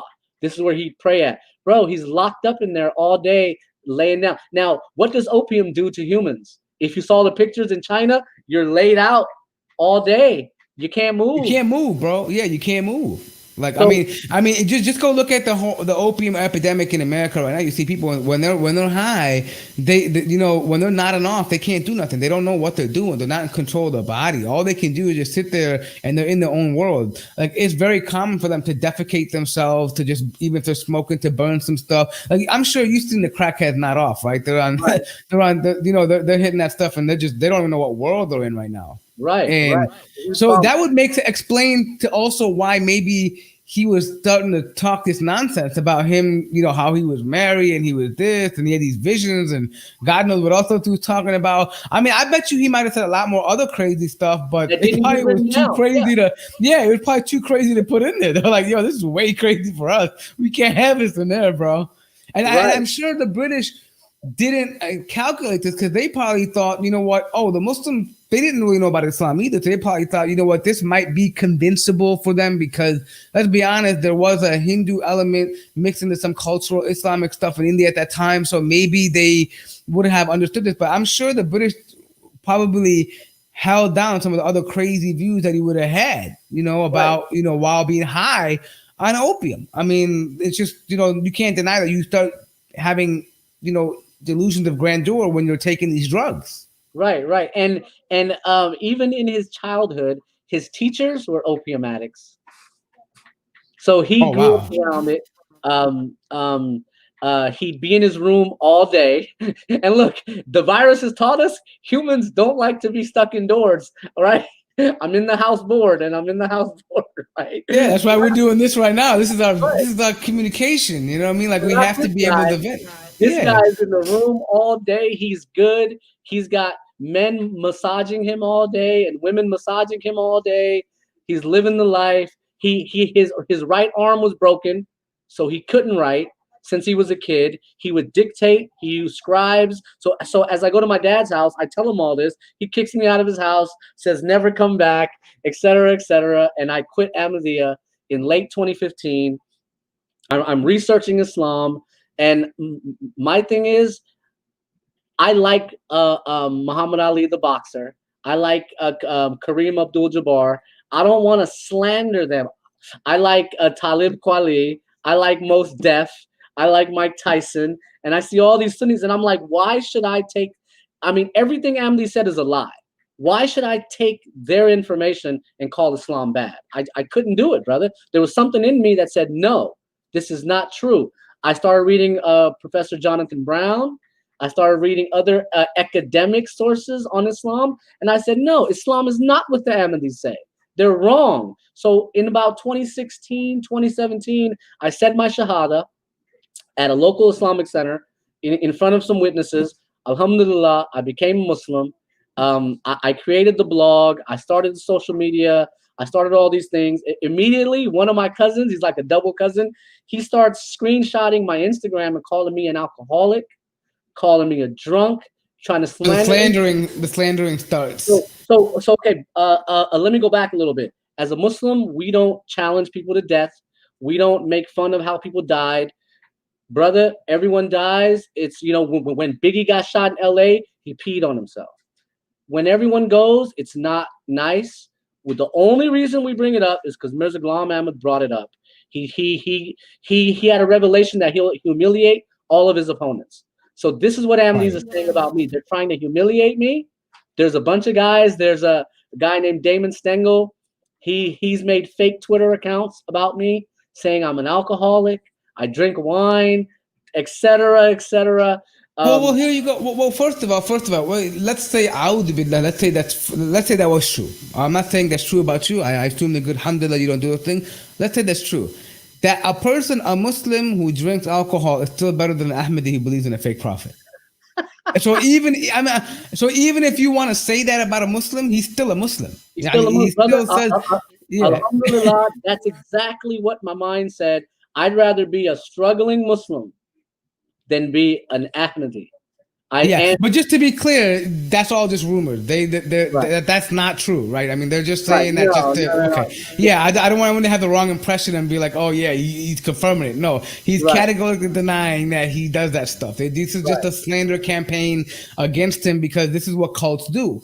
When Scientologists leave Scientology, they send people to stalk them, right? When people leave Ahmadiyya, they send people to stalk them because this is their dawah. They have to protect their dawah because the secrets are now out. The man who knows the finance and the accountant and all this stuff is out now. So that makes them very nervous, right? Because now, so they said, my family members said, if I had just quit and went about my life and said nothing, they wouldn't have done anything. But they said, why are you burning the house down? And I had to think, but that's not true, though. That's not even true, though, because they were cutting you off just for asking a question. You should have told them, look, if you didn't cut me off for asking a question, the house would have never came down. We would have built the house together. Right. And look, they know of my academic ability. Brother, I'm a little bit of both. My favorite rapper was a guy named Razkaz. You ever heard of Razkaz? Right, he was street and academic, right? So that was my guy. I was sort of like him. So speaking about that, I'm about to bring another Pakistani guy on. His name is Lazarus. I'm sure you might know him. He's the Dr. Khan. TV, brother. You got Yeah. We've been talking. I'm gonna get him. I love him because he's intellectual. I love people that come from the street and they're smart too, because that's a dangerous combination. Because you got a little bit of the street, you got a little bit of the hood. I'm tingling right now. Yeah. So I watch Vlad TV. I wish one day I could be on there and give commentary. I also am like a novice hip hop historian. I love hip hop. I grew up on it, and that's why I had family members during the virus make videos about me saying I'm not even a Muslim. I'm faking being a Muslim. So this all goes back to the humiliation aspect. If you leave Ahmadiyya and you're vocal about it, they will try to humiliate you, defame you, persecute you, and do all these things to you. And it came from Mirza Ghulam Ahmad, and he was seeking to humiliate all of his opponents. Even now, brother, there's a YouTube channel, Ahmadi Answers, run by this guy named Razi Qudrat, and he's trying to humiliate, and he'll take sound bites from Islamic scholars and twist them and try to humiliate them and expose them. And we've told him, brother, why are you guys doing this? Why doesn't the Khalifa tell him to stop? Because secretly the Khalifa is supporting him. This is what they do. So just so you guys know, I bet you there's some undercover Ahmadis in here right now just kind of listening around. So if you guys listen, you're not going to win this war. There's like 1.7 billion of us, right? You guys are like a minority. Like right now, he's a Muslim, right? And so I'll get him on every single major channel that I know, and they'll just call you out for the bluff that you guys are doing. So either you come clean or look like the liars that you are, right? It's just the same thing. People say I'm a bit confrontational, but I enjoy that. For me, like I take the approach of like Umar ibn Khattab, or I'm gonna be in your face about it. If I see BS, I'm gonna just call you out about it because that's just my nature, right? And I look at you also. And I'm hearing your story, and it reminds me of the story of Salman al-Farsi, where he just kept questioning. He kept questioning, and that's sincerity, because it's not easy to change. People make fun of people who change their belief, but if you're changing the belief for a right reason, that's a sign of a sincere human being, because that means you're growing. People don't realize that if you're not changing if not every change is good, but if you're changing in a positive way, then there should be no shame in that. Right. Because culture, all that stuff is secondary. Right, even in Islam, even within Sunni Islam, even if you have certain position that you held at one point being younger or whatever, and you're learning and you're studying, you're like, hey, I'm gonna adjust my position within the framework of the Sharia. That's no problem, guys. That's part of being a human being. It's part of growing and adapting, to learning, right, and growing. So if anyone wants to, oh, he used to be Ahmadi, who cares? I mean, the Sahaba, some of them used to be pagans. I mean, what's the point? That's the whole point. Right. That's the whole point of Islam, in order to guide people to the truth. And it's just so happened that, I feel like your work is important because Lahori Ahmadi are like almost there. Like they're like right there. They're like a low hanging fruit. You can just, just take a little push. Might as well just abandon it. You don't believe in the drunken opium master, so might as well just be done with it altogether. You know what I mean? Like. So go ahead. Once they find out that Mirza Ghulam Ahmad never led Salah, he never gave a khutbah Jummah, and here's the argument that he gave in his lifetime. He said, someone asked, "Hey, how come he doesn't lead the prayer?" Right? He said, "Oh, but when Isa alayhi salam was going to return, he would tell the Mahdi to lead the prayer. He would never lead any prayer." So that's the argument. So, brother, again, but wasn't he the Mahdi then? But wasn't he the Mahdi too? Exactly. His argument collapses because, hey, don't you also claim to be the Mahdi? So now what? So he doesn't have anything to say. And this is where the trouble happens. This is what happened in 1974 at the train station. They're giving out their pamphlets, making their arguments. We give a counter argument, and they refuse to listen. Now they're confrontational. Now they start arguing. A fight happens, right? And now they're crying persecution. So that is the main issue. So just to be clear, so that I don't want anyone to take it out of context. But you're not saying that every single act in Pakistan is that way. I'm sure you believe there's some legitimate. There's some Ahmadis who do nothing and they've been victims of violence. Right? You're not anyway condoning that. Yeah, right. Okay. Yeah, I just want to make sure because So I'm saying the majority of the persecution happens because overzealous Ahmadis are trying to convert people. Brother, you're in Pakistan, 99% Muslim. Who are you? Why are you trying to convert anyone to anything? We've already achieved it. You know what I mean? Right. Between dawah too. A Muslim? Yeah. And it's funny because they claim freedom of speech, but in their proposed Khilafat, if they were to have one, there would be no freedom of speech, essentially. There would be no freedom of press. In British India, there was no freedom of speech, no freedom of press. So where they came up, there was none of that.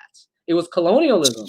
So if anyone wants an idea of what a potential Ahmadiyya Khilafat would look like, all we have to do is look at British India.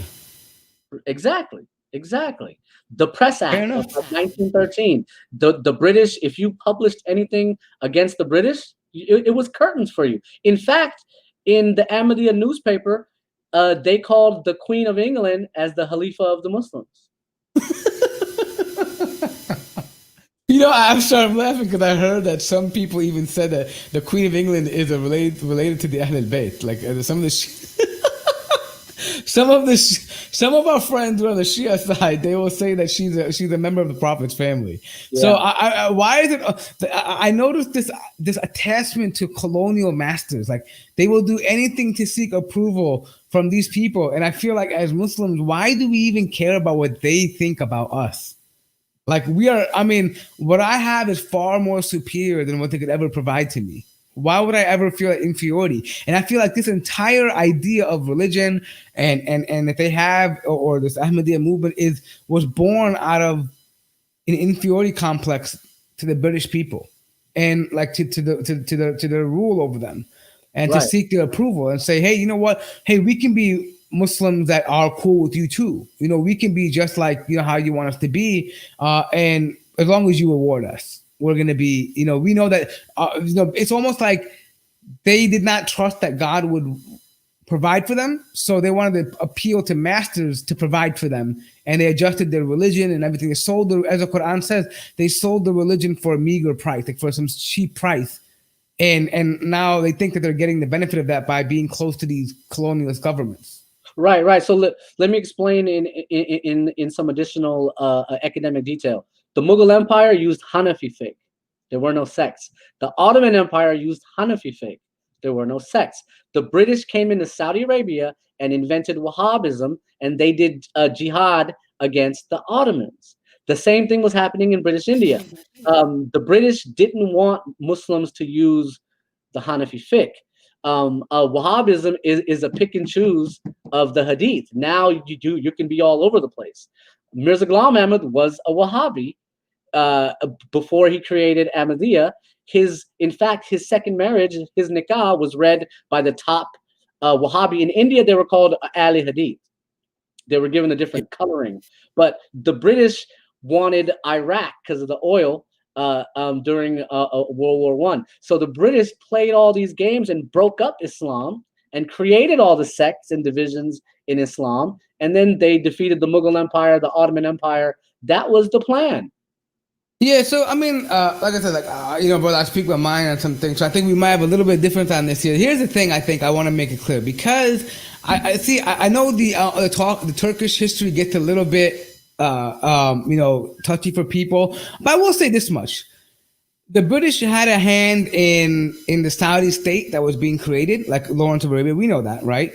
But the Ottomans also had a point where they were dealing with the secular Young Turks, where they were talking about annexing, if you notice, like they gave away the Levant, like Lebanon and Syria, to the French and the colonialists. And so a lot of the Arab states were wondering, wait a minute, what's going to happen to the Hijaz now, right? Because if God forbid it falls in the hands of British, because they saw what happened in India. So naturally, the Arab tribes of Arabia, they began to, kind of also show their pushback. Now, I'm not going to get into the whole argument here about this, but I personally feel like this, that while it is true that the Hanafis are one madhahib and majority adopted by the Ottoman Caliphate, which is normal, but I mean, you could still be in the Ottoman Caliphate, you could still be a Hanbali or Shafi or Maliki, and there were schools that were there for that. And I believe Muhammad ibn Wahab, for the most part, was a Hanbali by fiqh, right? That's what it was. Now, sure, he had his critiques of the Ahl Sufiya, maybe people like, who were at different madhab, and that's a whole different story. But I still think that Mirza Ghulam Ahmad was far from a Wahhabi. Meaning that, like he might have agreed with some Ahl Hadith people, maybe on certain issues, but Ahl Hadith would be the first to call him a kafir and be like, hey, dude, like you are, you're claiming to be a prophet. Right, so that's exactly what happened. But those were the group of people he was hanging out with. As soon as he started claiming prophethood, they did takfir of him and they were done with him. So that's as far as it went. That's just where it came from. It's way more complicated. Yeah, no. I mean, I don't want to tell the whole dialogue. We can talk about that at a different time. But like I said, I mean, I think there's a lot of nuances around even the life of Mirza Ghulam Ahmad that a lot of us don't know, and I think that's why your work is important. I mean, 1,600 essays on the man himself, and we're talking about probably from his lineage to his birth, to how he grew up, his education, his health, his religiosity, his death, the legacy after that, like what he left behind, what's truthful in that, and what's not, what was added even later by his own movement aside. And I think, I'm sure you cover all that within those 1,600 essays that you have. Am I correct? Yeah, alhamdulillah. There's still more. Like I just wrote the essay on chapter 62, verse 3. So I'm still filling in the gaps of things that I haven't covered. And I'm writing better essays that, I'll go back. I'll spend a whole day just editing 20 different essays with new information, as new information comes in. So I spend a lot of time writing. I type pretty fast. And that's part of my academic work because, I'm teaching a lot of online classes. So I'm in discussion boards all day. So it's just part of my lifestyle. The virus killed my basketball lifestyle. So, now it's more sitting down stuff. But alhamdulillah, brother, alhamdulillah, I've came a long way. Allah guided me the whole way. And Qasim is running for Congress and in Virginia, as we all know, Yeah. The thing is, like, I look at him and I'm like, yo, you know what? I can't. I mean, when I look at that, like I feel like he's trying to be like this next Malcolm X. You know what I mean? Like in a way where he's trying to be the representation of Muslims in the media and in front of the Congress. And I'm like, bro, you do not represent me, man. Like you don't, you're not like anything around me. You know, Now, of course, and he's been ordered to do this by his Khalifa. It's one of their political plays.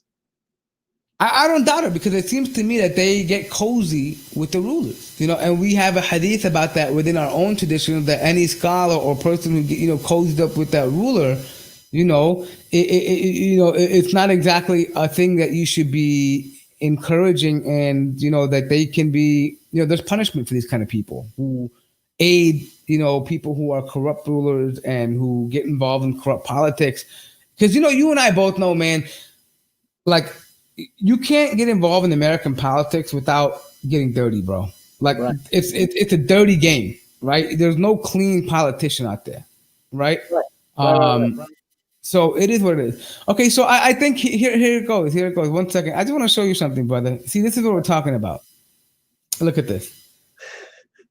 Yeah, I mean, like really, like these are the kinds of people that we did. I think it's like a Hindu guy who's mad because I don't know if you noticed the drama going on that this guy, basically an atheist, he like basically put up a picture of like some Hindu goddess with in like an erotic picture, and he's an ex-Muslim, and the Hindus still think he's a secret Muslim. So like they're coming to my channel now to get mad at the atheist guy who's crapping on their god. Like, Yeah. why are you blaming me, you stupid Hindu? Like I don't understand. Like I don't understand that stuff. Anyways, but let me just say this much.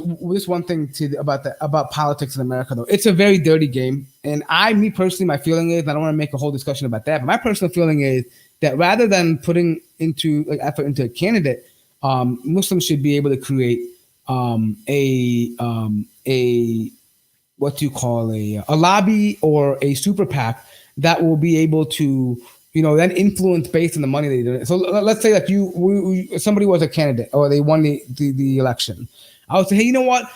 We want immigration reform, or we want a holiday for Eid, right? So here we're willing to donate as long as that's one of the things on the table, right? And once that we're willing to use our lobbyists or petition, and that's how it happens really in the U.S. Congress, right? I mean, once people get elected, they don't really care what their constituents say, right?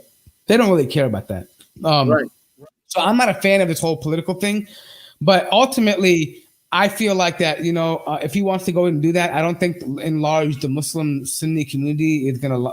I mean, let's just be honest, we don't really like them. We're not going to support him. Yeah, it's not going to happen. Yeah. So he's not going to come close. He's not going to get elected. He's in a Republican heavy district, and that's funny to me. That's funny to me that he lives in that area that's Republican heavy, but you want to be elected to Congress. If you lived in a Democrat heavy area, it might happen. But since you don't choose to live with the diversity, how are you going to get elected? You know what I mean? So exactly. Yeah. So there's a question there. You plan on writing a book? Since I mean, you are writing essays. Are we going to see a compilation or memoirs of like something? Are we going to see something like that? Alhamdulillah, brother. Alhamdulillah. As soon as I figure out, all I got to do is copy and paste because I've already written everything that I needed to write. So it should be easy, inshallah. It's coming soon. And let's see how it goes, brother. I'm just excited to. I just started making videos about a month ago, Okay. actually. So I hadn't came out with the videos until I was viciously attacked during the virus by some family members. So I, out of respect for my parents, Are you on YouTube or just videos on Twitter? On YouTube also, Ahmadiyyah Fact Check Blog YouTube channel. I started it Okay. 3 or 4 years ago, but I just started adding my content. Like for example, I went over chapter 3 verse 48, chapter 3 verse 55, and I cover all the Ahmadi centric verses of the Quran. I covered the Adam and Eve topic and how Ahmadis deny the creation theory, and how Ahmadiyya is based on pre-Einstein science. So they didn't believe in the Mirage. They didn't believe any of this was possible. Mirza Ghulam Ahmad said that humans could never get to the moon. Oh You wow. know? Okay. Yeah. So he had never seen flight. He had never even seen a hot air balloon in British India. He never knew of any of these things. Now we know with Einstein's science, it's all possible. Okay. Well, I mean, it looks like there's a lot of work to be done. You know what I mean? So, inshallah, if any way that I can help you with plug with any scholars, I mean, alhamdulillah, will be through the podcast and through being around. I'm around good brothers. I'd be willing to, if you ever need to, check something within Islam and you need some, academic, like scholarly from, from ulama that, you need some help with that, I will definitely be able to plug you.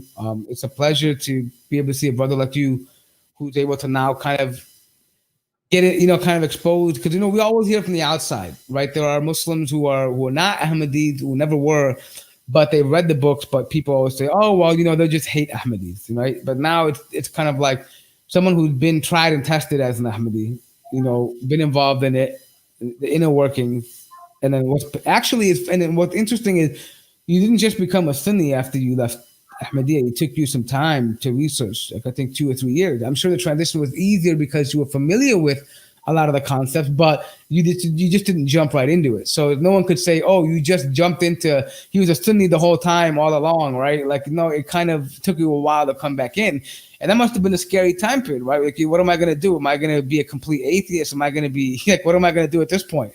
If that's Right. false, what's real? You know what I mean? Like Right. that's a test. Right, brother. And most ex-Ahmadis in the West end up becoming agnostic atheists.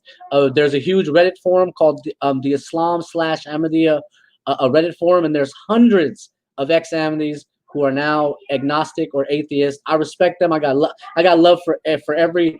I'm Punjabi, so I know a lot of Sikhs. You know what I mean? I got love for everyone. Doesn't matter what religion you are or what your beliefs are. So most ex-Ahmadis fall into that, and I almost fell into it too. Yeah, the moon landing is they're coming out now. The earth yeah, is flat too, brother. yeah. And okay, brother. Even if the moon landing was fake, we know that we orbited the moon, so we've left the earth, the other. You see what I Yeah. mean? So, Yeah. you know. But anyway, so what's the best way that people can get in contact with you if they want to get in touch with you and do another show or ask questions about Ahmadis, or if there are any Ahmadis listening to the show that are now wanting to have a conversation about this further? How do they get a hold of you? Yeah, my Twitter handle, and let me see if I can post it. Oh, you know what?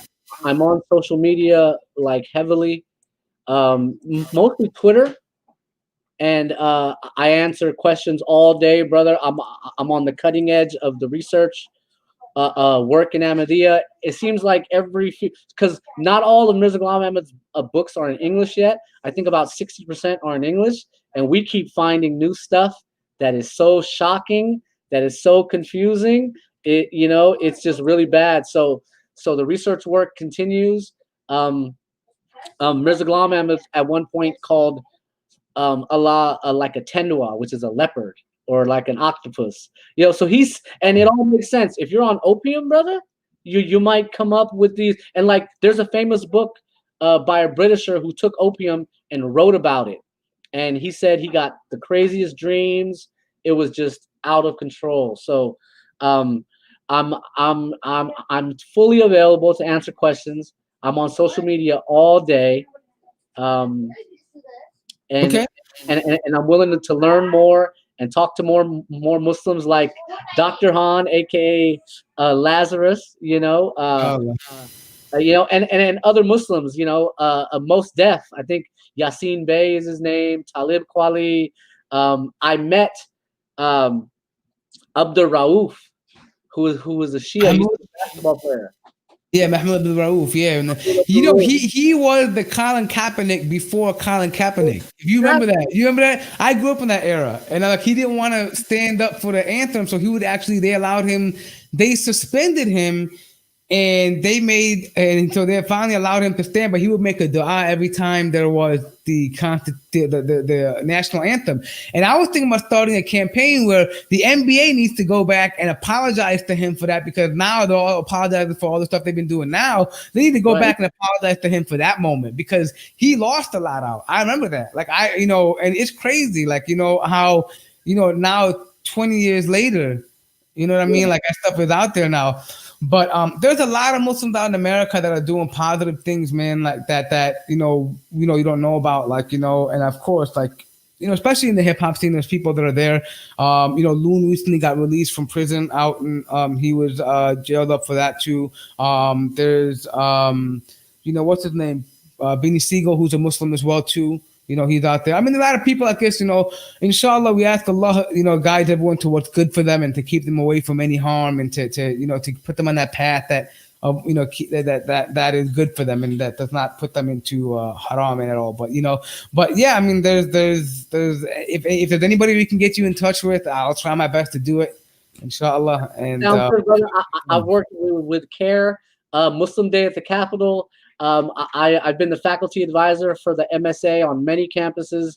I've led young Muslims through the many troubles in the last 3 or 4 years. I'm still new myself, learning, because Ahmadiyya doesn't teach you the respect aspect of Islam, the behaviors, and etc. I say alhamdulillah a lot more now than I did when I was in Ahmadi. I was never really taught that as a kid. It was like, hey, thank you. Oh yeah, like, oh yeah, that's just, I'm the fastest. Now it's alhamdulillah, right? So I'm still learning a side of Islam. I've learned the Ahmadiyya centric side of it. Now I'm learning the other side of it. So I'm still, my journey continues. I almost had a nikah last year, but it didn't materialize. So we ask Allah to give you a spouse that is the coolness of your eyes and that soothes your heart. Allahumma ameen.